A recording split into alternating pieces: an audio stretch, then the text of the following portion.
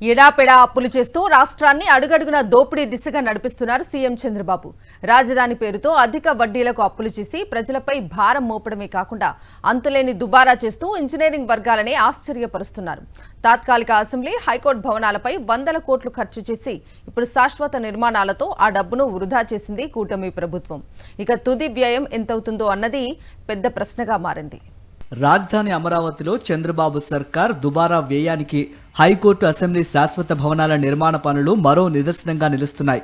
Amaravati government complex F block లో నిర్మిస్తున్న high court భవనానికి హైసైడ్ ఎలక్ట్రికల్, HVAC, అగ్నిమాపక వ్యవస్థ, ప్లంబింగ్, ELV పనులను 556 కోట్లతో చేపట్టేందుకు ప్రభుత్వం గ్రీన్ సిగ్నల్ ఇచ్చింది. ఇక AGC ఈ బ్లాక్ లో నిర్మిస్తున్న అసెంబ్లీ భవనానికి ఎలక్ట్రికల్, HVAC, అగ్నిమాపక వ్యవస్థ, ప్లంబింగ్, ELV పనులు 424.34 కోట్లతో చేపట్టడానికి ఆమోదం తెలిపింది. ఇప్పటికే హైకోర్టు భవన నిర్మాణ పనుల్ని 924.64 కోట్లకు, అసెంబ్లీ నిర్మాణ పనులు 724.69 కోట్లకు కాంట్రాక్టు సంస్థలకు CRDA అప్పగించింది. తాజాగా ప్రభుత్వం మంజూరు చేసిన నిధుల్ని పరిగణలోకి తీసుకుంటే హైకోర్టు నిర్మాణ వ్యయం 1480.69 కోట్లకు, అసెంబ్లీ నిర్మాణ వ్యయం 1149.36 కోట్లకు చేరుకుంది.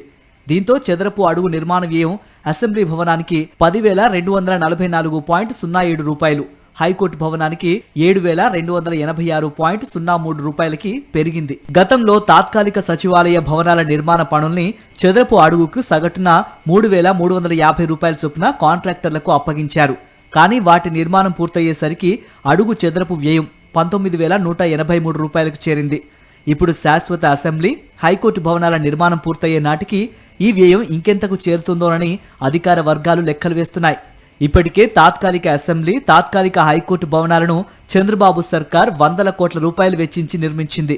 ఇప్పుడు శాశ్వత భవనాల నిర్మాణం చేపట్టడంతో తాత్కాలిక భవనాలకు వెచ్చించిన ఖర్చంతా వృధానే. అది కూడా అప్పు తెచ్చిందే కావటం గమనార్హం. ఇక అసెంబ్లీ, హైకోర్టు శాశ్వత భవనాలను నిర్మిస్తున్నది కూడా అప్పుగా తెచ్చిన నిధులతోనే.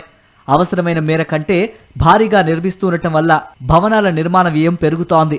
రాజధాని నిర్మాణం పేరుతో అధిక వడ్డీలకు జాతీయ, అంతర్జాతీయ బ్యాంకులు, ఆర్థిక సంస్థల నుంచి అప్పు తెచ్చి చేపట్టిన భవనాల నిర్మాణ వ్యయం ఎక్కడా లేనట్లు చదరపు అడుగు 10,000 రూపాయలతో నిర్మిస్తుండటం చూస్తుంటే నీకింత నాకింత అన్నట్లుగా దోచుకోవడానికేనని పరిశీలకులు అభిప్రాయపడుతున్నారు.